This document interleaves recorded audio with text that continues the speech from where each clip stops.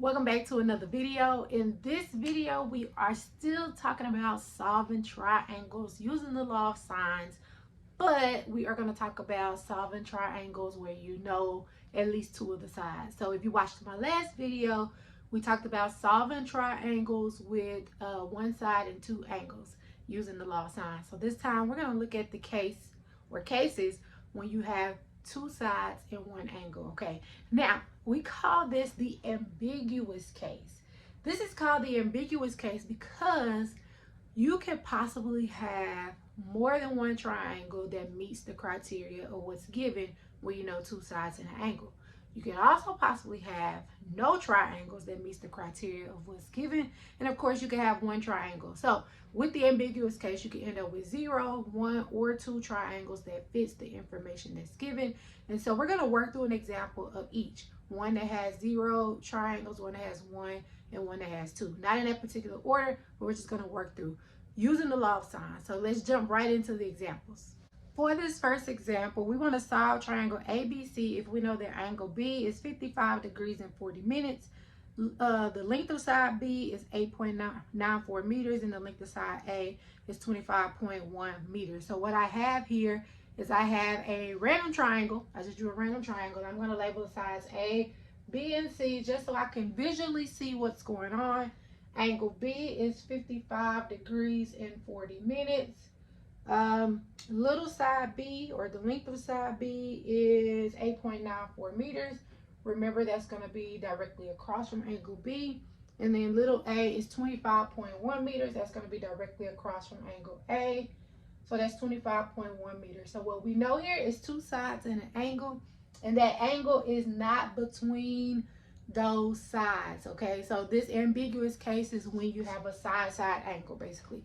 Two sides in the angle, and the angle is not in between those sides, all right? So what we want to do is we want to use the law of sines to finish solving the triangle, to find the remaining angles and the remaining sides. So now, before, since we knew two angles, we could always find the third angle by doing 180 minus those two angles. In this case, since we only know one angle, we cannot find the other angle using that fact. So we have to use the law of sines. Now, before we use the law of sines in this format, A over sine A equal B over sine B. But you can also take the reciprocal of those and they will still be equal. So basically, sine A over little a is equal to sine B over little b, which is also equal to sine C over little c, okay? So you can take the reciprocals and they are still equal for the law of sines. Now, the reason I say that is because whatever it is you're looking for, you want to put that on top. So if you're looking for the length of the side, then you want to use this format here with the lengths on top. If you're looking for the angle, then you want to put the angles on top. And so what I want to do first is I want to find the lengths or the measurements of the angles. So since I know these two sides, this is across from angle A and angle B, then I'm going to use this first format here. Sine of angle A over little a is equal to sine of angle B over little b. So that gives me sine of A, which we don't know, that's what we're looking for, over the length of side A, which is 25.1, equal to sine of B, which is the 55 degrees and 40 minutes, all over the length of side B, which is 8.94. And if I want to solve for sine of A, I would multiply both sides by 25.1. The 25.1's cancel, and that gives me sine of A is equal to the sine of 55 degrees and 40 minutes divided by 8.94 times 25.1. Now that doesn't give me A, that gives me the sine of A. And if I plug that in my calculator, let me grab my calculator. If I plug that in my calculator, I get sine of 55. And remember, if you don't have the minutes, you can convert 40 minutes to degrees by actually taking 40 and dividing it by 60. So I'm going to plug in sine of 55 degrees and 40 minutes times 25.1. And then I'm going to divide that by 8.94. Now, when I do that, I get the sine of A is equal to 2.318437891. So something we haven't talked about is the boundary on sine of theta. So the highest value that your sine of theta can be is 1. And the lowest value that your sine of theta can be is -1. So sine of theta is bounded between -1 and 1. Okay? So now with that being said, this says that the sine of A is 2.318, which means it is impossible for sine to be 2.318 because the highest value that sine can be is 1. Now, if you don't remember that, then the way you would solve for A is you would take the inverse sine, because remember, you want to figure out what the angle is, and when you want to figure out what the angle is, you take the inverse sine. So you will take the inverse sine of this value here, 37891. So if you plug in the inverse sine of that answer, you end up getting dun dun dun. That's what my son would do. You end up getting an error, a domain error, and that means that it can't happen. It is impossible. Okay. So even if you didn't recognize that this is above the boundary of what sine can be, when you plug it in your calculator, you will get an error. And so what this means is there is no triangle that exists with these stipulations. There is no triangle that has a measure, one angle measure of 55 degrees, 40 minutes, the side opposite of it being 8.94 meters, and then the side of another one of the sides being 25.1 meters. So there's no triangle, and this is how you get the case where there's no triangle, is you'll get something where sine of that value is outside of the boundaries of sine. It's either bigger than 1 or less than -1, okay? If that don't make sense, or if you have questions, put them in the comments and I will respond. All right, let's try another one. I just want to clear up something really quickly that I just mentioned, which is true. There is no angle theta where the sine is greater than 1 or less than -1. But if we think about the angles in a triangle, they're either they're all less than 180. Since all of the angles in a triangle are less than 180, then there is a different boundary on those values, and it's from 0 to 1. Meaning there is, when you think about where your sine is negative, sine represents the y value, right? So your y values are negative. Well, let me erase that circle. Your y values are negative down here below the x-axis, and if you were to draw any angle below the x-axis, it's going to be greater than 180. So basically what I'm saying is that if you get a sine value that's less than 0, in this case, it would also not be a triangle that fits those conditions, because the boundary for angles less than 180, the lower boundary is 0. Hopefully that makes sense. Yeah, so even though your overall boundary on your sine of an angle is between -1 and 1, because we're talking about only the angles between 0 and 180, because that's what the angles can be in a triangle, then your boundary is now 0 to 1. So that's just to add, if you were to get sine of theta equal to a negative number, then it also wouldn't be, there also would not be a case for that triangle. All right, so now let's look at example 2. For example 2, we want to solve the triangle ABC if A is equal to 55.3 degrees, side A is 22.8, and side B is 24.9. And so what I'm going to do is I'm going to sketch just a triangle, just any triangle, just to give me something to label and just something visual, okay? So I'm going to call this side A, this side B, and this side C. For A, what do we know? Angle A is 55.3 degrees. Little side B, which would be here, is 24.9.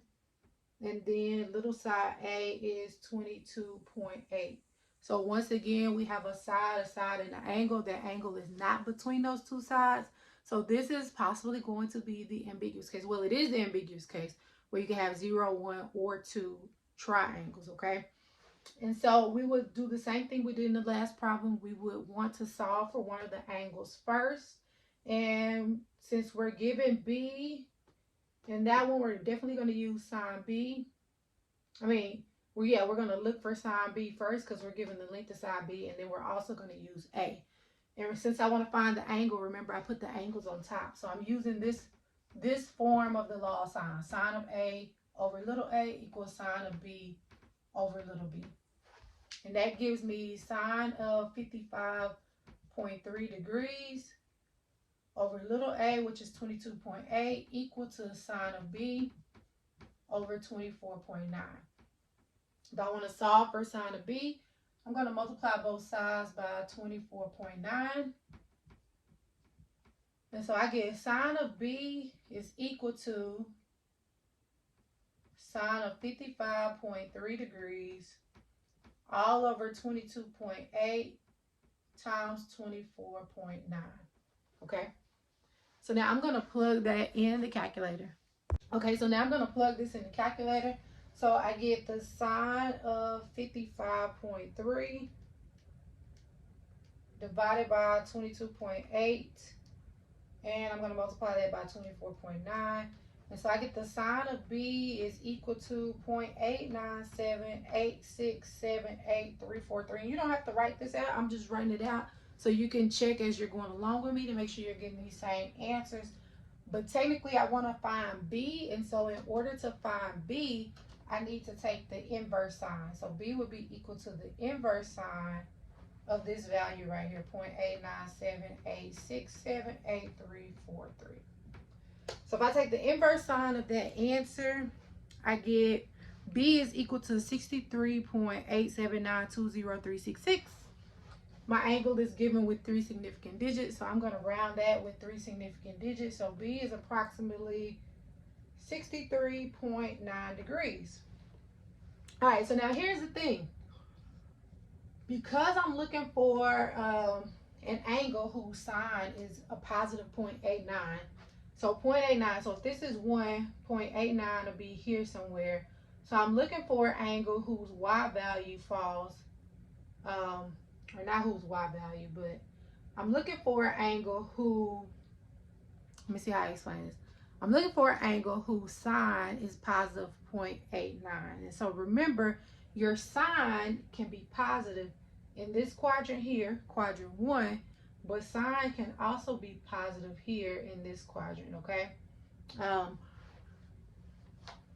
So basically, we have 2 different angles. We have 2 different angles that will give us a positive 0.89786 blah blah blah as our sine, okay? So what we also have to do whenever we get a positive value out for sine, we also have to consider the angle that will give us that sine in quadrant 2. And the way we do that is we say, we call it theta prime, which will be our second angle, is equal to 180 minus theta. So whatever I got here, and that's this case B, I will have a second angle which called B prime, and I will get that by doing 180 minus 63.9. 180 minus 63.9 gives me 116.1. So basically these 2 angles, 63.9 and 116.1, when I take the sine of them, I'll get 0.8976. And if you don't believe me, you can check it. Take the sine of 63.9. When I plug in the sine of 63.9, I get 0.898, basically. It rounds it. It's not exactly the same. It's really, really close. And that's because you have rounding errors in there. But also, if I take the sine of 116.1, I also get the 0.898. And it's to 3 significant digits.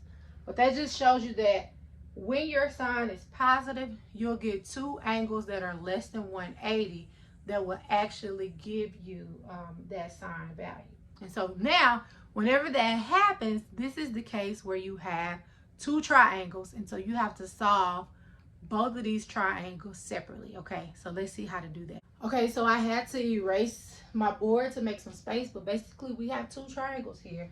And we're going to solve both of these triangles. So the first triangle I call angle B, 63.9 degrees.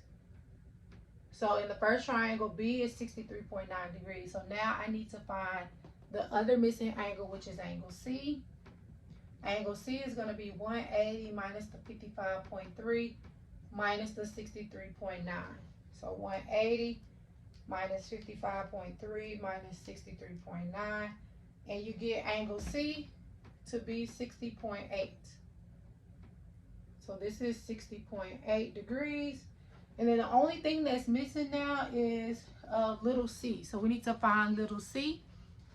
And we'll use the law of sines to find little c. So it's best to use what was given. So the 55.3 angle was given. So I'm going to go with A and C.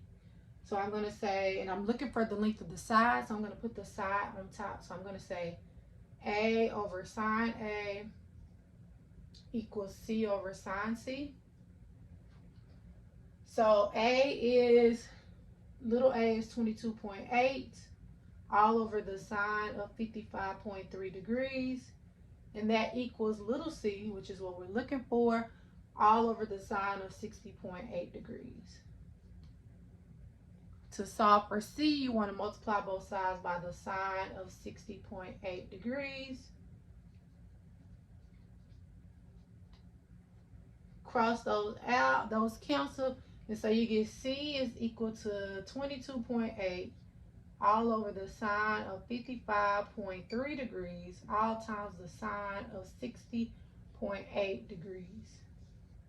So that's what you get, and if you plug that in, you want to get an approximate. I don't know why I boxed that, because you do want to get an approximate value for that. You plug all of that in, plug it in with me and see what you get. I get C is approximately 24.2 if we go 3 significant digits. So this side will be 24.2. And so we've completely solved this first triangle. We have the measure of every angle. We have the length of every side. So now that's the first part. That's our first possible triangle. Now we have to solve our second possible triangle. So now for our second possible triangle, which I call B prime. So I'm just going to put a prime on all of these so you can know this is for the second triangle. B prime is 116.1 degrees.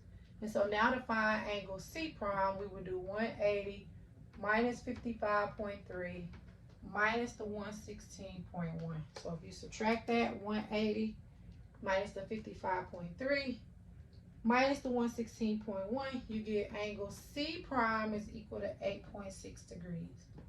So now this is 8.6 degrees. So now we have the measure of every angle. And now we're going to do just like we did with the last triangle, find that missing side, which is side C. So again, I'm going to use A because I'm looking for the length of the side. I'm going to put the small letters on top. A over sine A equals C over sine C. And so here we go, 22.8 over sine of 55.3 degrees is equal to our little c over sine of 8.6 degrees. To solve for little c, you want to multiply both sides by the sine of 8.6 degrees. Cross those out and you get little c is equal to 22.8 over the sine of 55.3 degrees times the sine of 8.6 degrees. So plug all of that in your calculator. 22.8 divided by the sine of 55.3 times the sine of 8.6. C is approximately 4. If we go 3 significant digits, 15. And so now we have the measure of every angle and the length of every side. And so now we've solved for our second triangle. So in this problem, we had 2 possible triangles and we had to solve for both triangles, okay? All right, if you have any questions about this, make sure you put them in the comments, okay? Other than that, let's just keep going. We have one more example to do.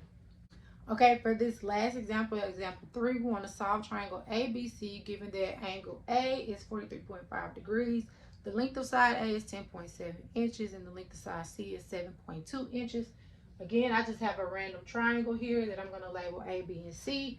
We know that A is 43.5 degrees, little a is 10.7 inches, and little c is 7.2 inches. So I have two sides and an angle, and that angle is not in between those sides. So this lets me know this is my ambiguous case, which means I can have 0, 1, or 2 triangles, okay? So the first thing I want to do is I want to find one of the missing angles. And so in this case, it gives me side C. So I'm going to find the angle C. So remember, whenever I want to find the angle, I put the signs on top. So this is the form of the law of sines that I'm using. Sine A over A equal to sine C over little c. And so that gives me the sine of 43.5 degrees all over 10.7 is equal to the sine of C all over 7.2. To solve for C, I'm going to multiply both sides by 7.2.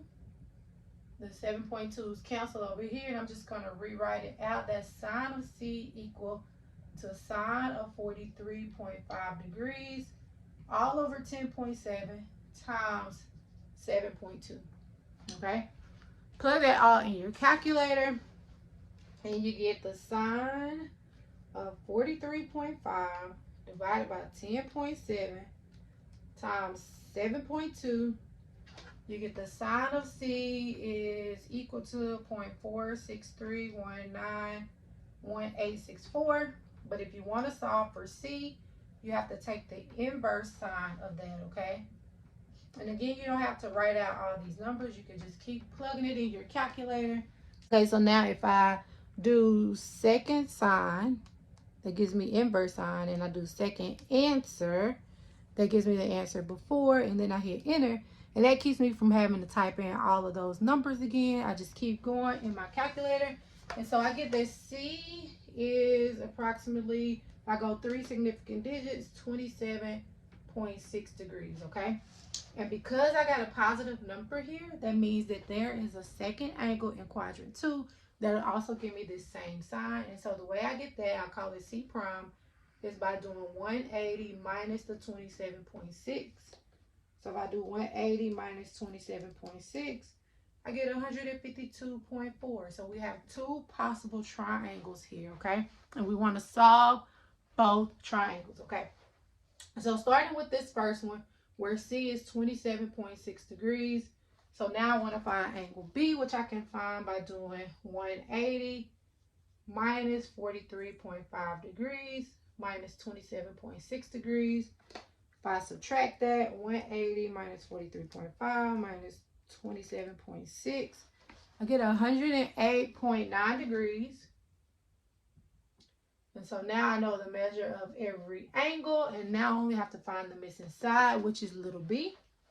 So I want to do little b over sine b equal, and I'm going to go with a because that one was given. It's always safer to go with the ones that were given.